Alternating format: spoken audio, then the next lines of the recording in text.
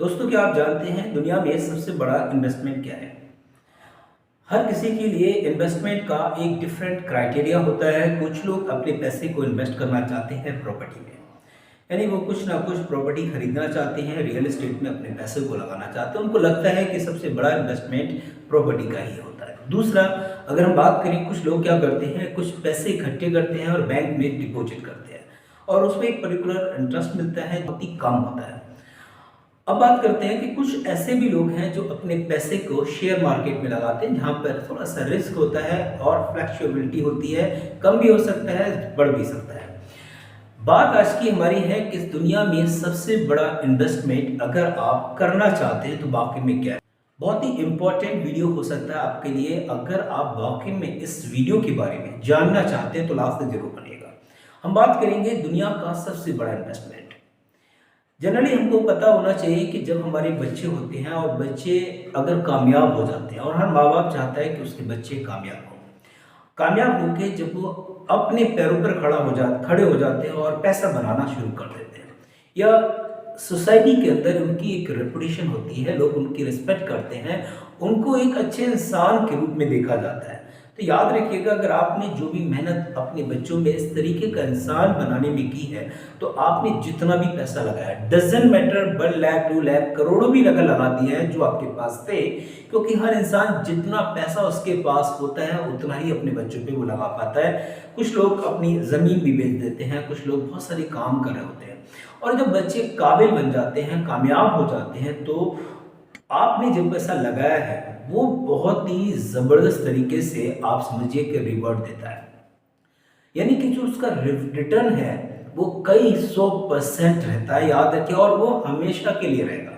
आपने अगर एक पीढ़ी पर काम कर दिया, मान लीजिए किसी वजह से आप अनएजुकेटेड रह गए, आप पढ़े लिखे नहीं है, आपकी फैमिली बैकग्राउंड ज़्यादा अच्छा नहीं है, फाइनेंशियल क्राइसिस रहे हैं बहुत सारे, और आपने मेहनत करके अपने बच्चों को काबिल बना दिया, कामयाब इंसान बना दिया, तो आप ये समझें आपने अपने बच्चों की पीढ़ी को नहीं बल्कि उनकी आने वाली कई नस्लों को सुधार दिया। तो ये जो इन्वेस्टमेंट होता है, अपने बच्चों पे जो लगाया गया पैसा है, जो भी आप किसी भी फॉर्मेट में लगा रहे हैं, ये पैसा बहुत ही जबरदस्त तरीके से रिटर्न आपको देता है। पता कैसे चलेगा कि आप जो अपने बच्चों पे पैसा लगा रहे हैं वो सही ट्रैक पर जा रहा है या नहीं जा रहा है? तो यहाँ पर हम 5 बातें ऐसी डिस्कस करने वाले हैं कि इनको आपको ऑब्जर्व करना है। अगर ये चीज़ें आप बच्चों में देख रहे हैं तो याद रखिएगा, आपको समझ जाना चाहिए कि हमारा बच्चा सही रास्ते पर चल रहा है।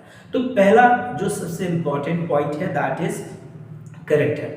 करेक्टर को हमने यहाँ पर इंक्लूड किया है बिकॉज हमको बताया कि अच्छा इंसान बनने के लिए अच्छा करेक्टर का होना बहुत ही ज़रूरी है। अगर आप कितने भी पढ़े लिखे हैं, कितने भी आपको नॉलेज है, अगर आपका करेक्टर अच्छा नहीं है, आप लोगों से अच्छे से बात नहीं कर पाते हैं, आप लोगों की रिस्पेक्ट नहीं करते हैं, काइंडनेस आपके अंदर नहीं है, तो आप याद रखिएगा कि आप सोसाइटी के अंदर अच्छे इंसान की नज़रों से नहीं देखे जा सकते। दूसरा, अगर हम बात करें, वो है आपका क्रिएटिविटी। क्रिएटिविटी मीन्स जब भी आप किसी काम को कर रहे होते हैं तो उस काम को करने के लिए आपके अंदर क्रिएटिविटी का होना बहुत ही ज़रूरी है। तो अगर बच्चों में ये क्रिएटिविटी आपको देखने को मिले, याद रखिएगा कि बच्चा लाइफ में कुछ ना कुछ बहुत बड़ा करने की प्लानिंग कर रहा है और वो करेगा। बस आपको उसको क्या करना है, सपोर्ट करनी है।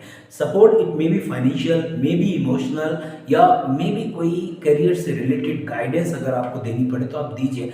खुद नहीं हो पा रहा है तो कुछ ऐसे करियर काउंसलर हैं उनके पास लेके जाएं, ऐसे लोगों से मिलाएं जिससे मिले और मिलके वो मोटिवेट हो। तो ये चीज़ ज़रूर करें। तीसरे नंबर पर अगर हम बात करें, वो है आपका कॉन्फिडेंस।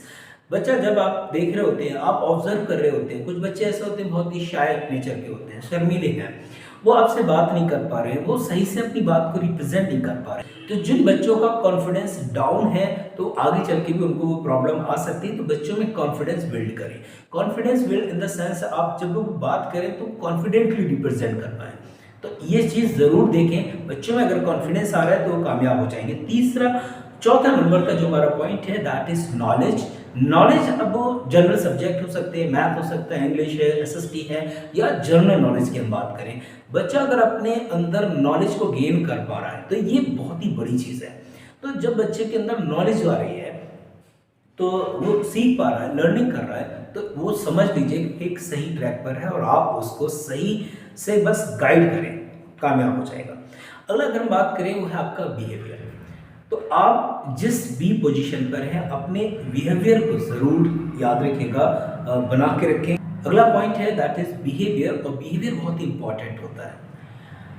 आप किसी से बात कर रहे हैं, आपके अंदर पोलाइटनेस नहीं है, आप ये समझिए कि आप वहीं पर आप बेकार हो गए, आप किसी की हेल्प नहीं कर पा रहे, आप सोसाइटी में एक अच्छे इंसान की तरह आपको नहीं देखा जाता है ना, तो बहुत मुश्किल हो जाएगा। आप याद रखिए, इसलिए बिहेवियर बच्चे का ज़रूर चेक करें। अगर उसके अंदर एरोगेंट है ना, दूसरों को इग्नोर करने वाली क्वालिटी आ गई, नेगेटिविटी उसके अंदर है, तो इन चीज़ों को आपको दूर करना होगा। ये सारी चीज़ें अगर अपने बच्चों में आप देख रहे हैं तो याद रखिएगा, आप धीरे धीरे उस बच्चे के अंदर कामयाब होने वाली जो चीज़ें हैं वो आ रही हैं और आप उनको देख रहे हैं। तो ये बच्चा एक दिन ऐसा आएगा कि बहुत ज़बरदस्त, बहुत बड़े लेवल पे कामयाब होगा।